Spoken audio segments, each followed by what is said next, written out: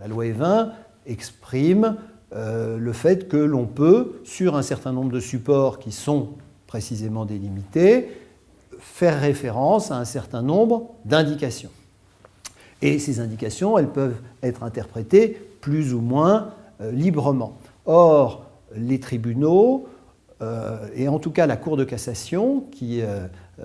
donne une impulsion aux autres juridictions, a tendance à considérer de façon extrêmement rigoureuse les indications auxquelles permet de faire référence la loi Evin. On a le droit, par exemple, d'évoquer dans la loi les conditions d'élaboration d'un produit. Et la Cour de cassation vient nous dire « Ah, mais vous ne pouvez pas parler du savoir-faire, par exemple, des artisans qui travaillent à l'élaboration de ce produit, parce que le mot savoir-faire n'est pas dans la liste de la loi Evin. » À mon sens, c'est une interprétation extrêmement excessive. On comprend ce qui sous-tend ça, qui est peut-être de bonnes intentions dans l'esprit des magistrats qui sont chargés de ces questions, c'est-à-dire de dire, après tout, nous sommes là pour protéger la santé publique, ce qui peut paraître un combat noble, ce qui est un combat noble en soi, à condition, bien entendu, qu'on ne mélange pas tout et qu'on reste dans son rôle. Et encore une fois, le rôle du juge, c'est d'appliquer la loi, ça n'est pas d'ajouter à la loi, que ce soit dans un sens ou dans un autre. Un autre exemple qui est assez caractéristique et récent, un tribunal vient de condamner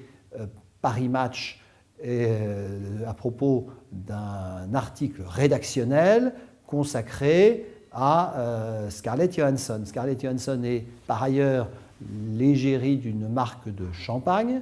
dans le monde entier, sauf en France, parce que pour des raisons de loi Evin, ça n'est pas possible. Et Paris Match publie un article sur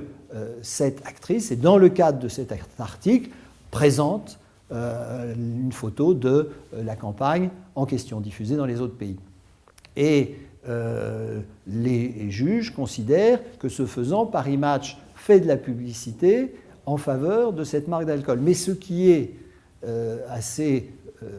formidable dans cette décision, c'est que dans le même temps était poursuivi l'industriel qui commercialise cet alcool, qui lui n'est pas condamné, parce que le tribunal dit « nous n'avons pas la preuve que cet industriel ait acheté de l'espace à Paris Match ». Et donc on a finalement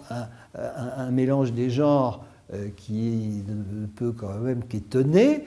si on regarde les choses objectivement, puisqu'on condamne un support pour avoir fait de la publicité en faveur d'une marque, alors que dans le même temps, on ne condamne pas l'industriel qui a la marque en question, parce qu'on dit on ne peut pas prouver qu'il ait fait de la publicité. Donc on mélange le rédactionnel et la publicité, ce qui va évidemment, là encore, au-delà de la loi Evin. Pour ça, les juges disent, à partir du moment où la loi Evin n'a pas distingué entre la publicité et des articles rédactionnels, ce n'est pas à nous de venir distinguer, mais c'est prendre les choses complètement à l'envers, puisque par définition, un article de presse, c'est la liberté d'expression, enfin c'est un certain nombre de principes constitutionnels, ça n'est pas de la publicité. Et on en est au point que des sénateurs ont dû déposer une proposition de loi pour qu'il soit bien dit dans la loi qu'on parle de publicité et pas de rédactionnel. Mais qu'on soit obligé d'en arriver là, c'est marcher sur la tête, parce que